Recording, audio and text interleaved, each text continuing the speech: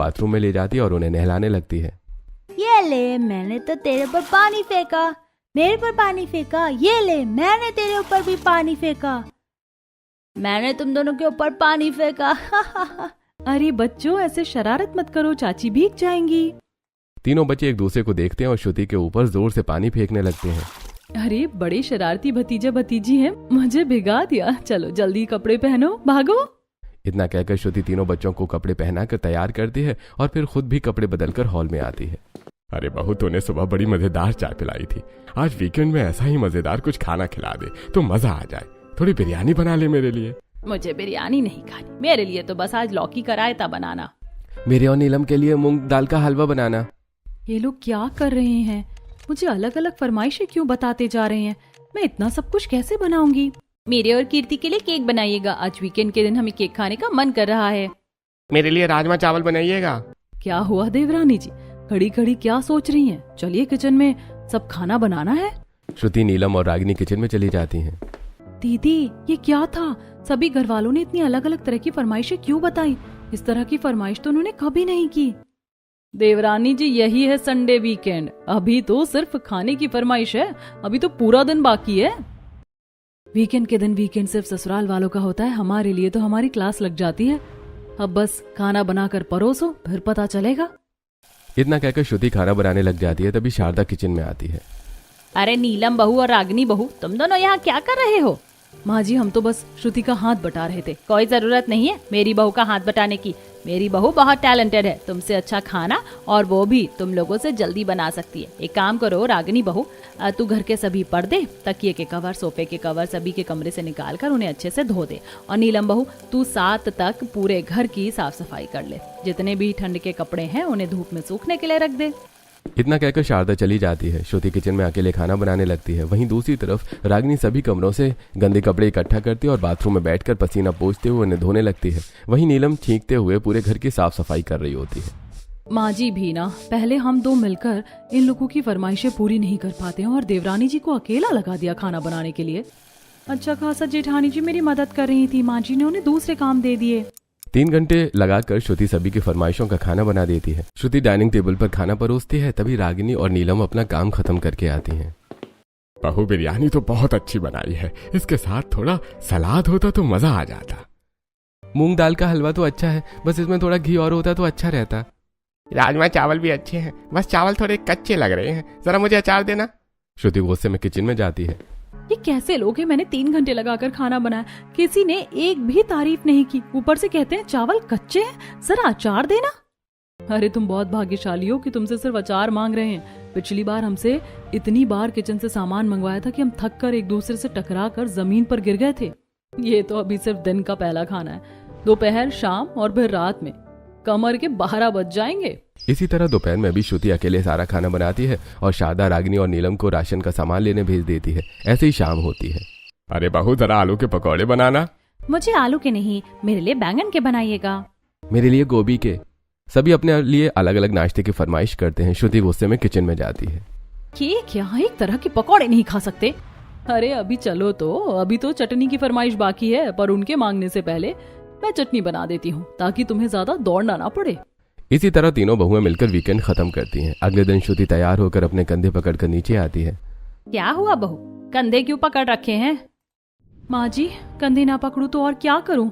कल मैंने सुबह 3 घंटे, दोपहर में 4 घंटे और रात में 2.5 घंटे खाना बनाया, उसके बाद घर के काम अलग। वीकेंड के दिन तो आपने घर को रेस्टोरेंट बना दिया था।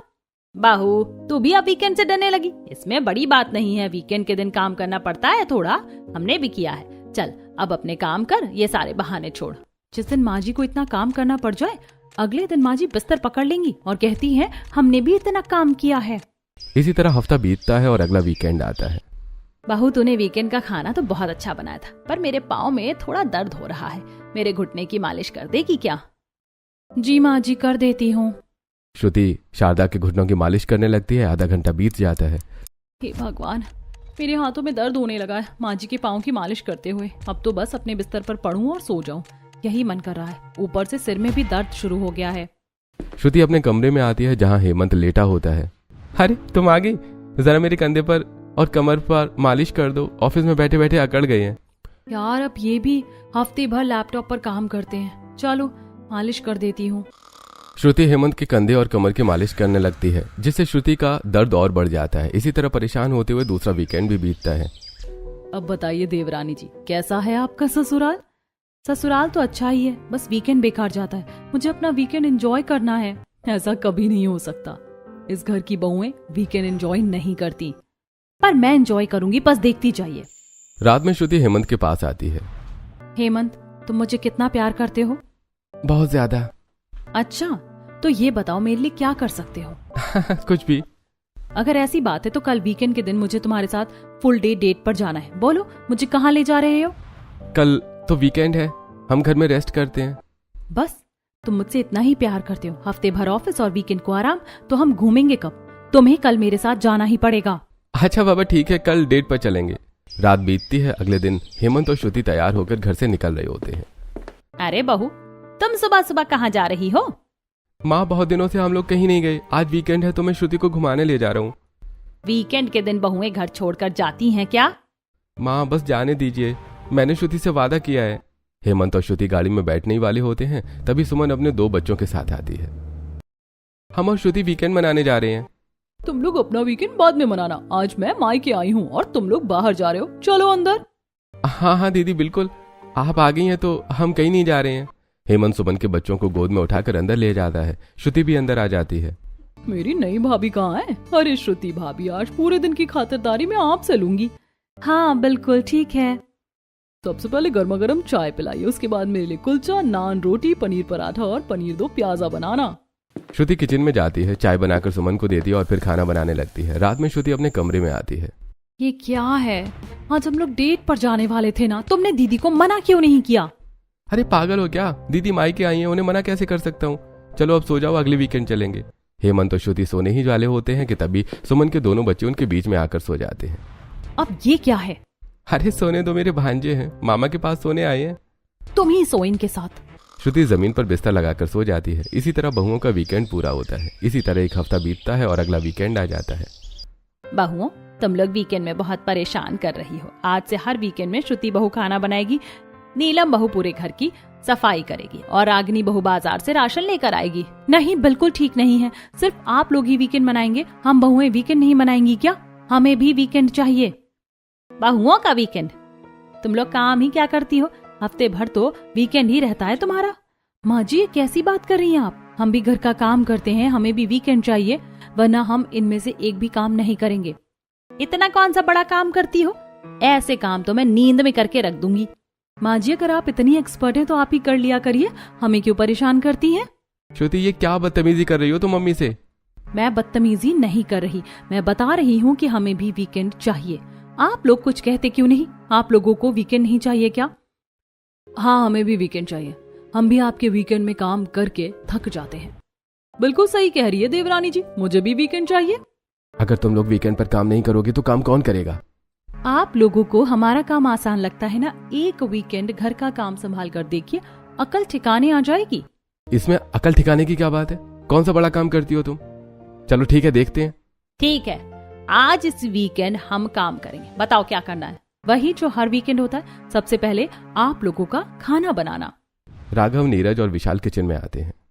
भैया, मुझे सिर्फ खाना आता है, बनाना नहीं आता। अरे कोई बड़ी बात नहीं है, सबसे पहले चावल पकाते हैं। चलो कुकर में चावल डालो। विशाल, तू आटा गूंथ, सबसे आसान है ये।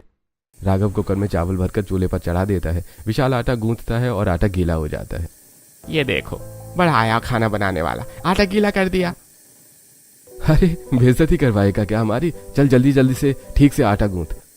तभी कुकर जोर से फटने की आवाज करता है और किचन में चारों तरफ चावल फैल जाते हैं। पूरा परिवार किचन में आ जाता है। अरे ये क्या किया तुम लोगों ने? किचन की क्या हालत कर दी? पिताजी, ये लोग कुकर में चावल पका रहे थे, कुछ आता है या नहीं? फिर कहते हैं हमारा काम आसान होता है। अब जिस तरह किचन को गंदा किया उसी तरह साफ भी करिएगा। तीनों भाई किचन की सफाई करने लगते हैं। समय बीतता है और दोपहर का वक्त होता है। सुबह तो हमें कुछ खाने को मिला नहीं, दोपहर के खाने की जिम्मेदारी कौन लेगा? दोपहर के खाने की जिम्मेदारी हम लेते हैं। भैया, लोग तो लड़के हैं, उन्होंने कभी खाना नहीं बनाया, हम तो चुटकियों में बना देंगे। आज तक तुमने अपनी ग्रीन टी बनाई है? खाना बनाओगी। देखती जाइए भाभी, कैसे मजेदार खाना बनाकर लाती हूँ। कीर्ति और प्रीति किचन में चली जाती हैं। अरे भूल गए आप लोग, बाजार से सामान भी तो लाना है। कौन जाएगा? अरे ये कौन सी बड़ी बात है, मैं लेकर आता हूँ, राशन कार्ड दो। रामलाल बाजार चला जाता है। कुछ देर बाद शारदा किचन में आती है। क्या हुआ बेटियों, कुछ खाना बनाया या नहीं? क्या बनाए मम्मी? चीनी कहाँ है, नमक कहाँ है, समझ ही नहीं आ रहा। ये सरसों तेल है या रिफाइंड तेल है? और ये प्याज कट ही नहीं रहे। अरे बेवकूफ लड़कियों, उल्टी छुरी पकड़ी है तो प्याज कैसे कटेंगे? और ना ये रिफाइंड तेल है ना सरसों तेल, ये केरोसिन तेल है। तुम लोग किचन से बाहर निकलो, किचन ही उड़ा दोगी तुम दोनों बहनें। प्रीति और कीर्ति किचन से बाहर चली जाती हैं और शारदा खाना बनाना शुरू करती है। भगवान, ये किचन में कितनी गर्मी हो रही है और ये मेरे पैर क्यों कांप रहे हैं? रोटियां बेलते हुए शारदा अचानक बेहोश होकर जमीन पर गिर जाती है। शारदा के गिरने की आवाज सुनकर सभी किचन में आते हैं और शारदा को उठाकर कमरे में ले जाते हैं। श्रुति देखो, माँ बेहोश हो गई है। ये सब सिर्फ तुम्हारी बेकार के चैलेंज की वजह से हुआ है। मैंने कब कहा था किसी को चैलेंज के लिए? आप लोगों को वीकेंड में फरमाइशें पूरी करना और घर का काम आसान लग रहा था, अब भोगो। थोड़ी देर बाद शारदा को होश आता है। बच्चों लड़ो मत। माँ माफ कर दो हमें, हमारी पत्नियों की वजह से तुम्हें किचन में काम करना पड़ा जिससे तुम बेहोश हो गई। अच्छा हुआ बेटा कि मैं किचन में काम करते समय बेहोश हो गई। अभी मैं सिर्फ बेहोशी से होश में नहीं आई हूँ, बल्कि असली में होश में आई हूँ। मैं तो भूल ही गई थी कि घर का काम करना कितना मुश्किल होता है। ये क्या कह रही हो माँ? अरे बेवकूफो, जब मुझसे किचन में काम नहीं किया गया इस गर्मी में, तुम लोगों से नहीं हुआ, तुम्हारे पिताजी बाजार से लौटे तो पसीने से तरबतर थे, तो सोचो बहुओं के लिए सब काम करना कितना मुश्किल होता होगा।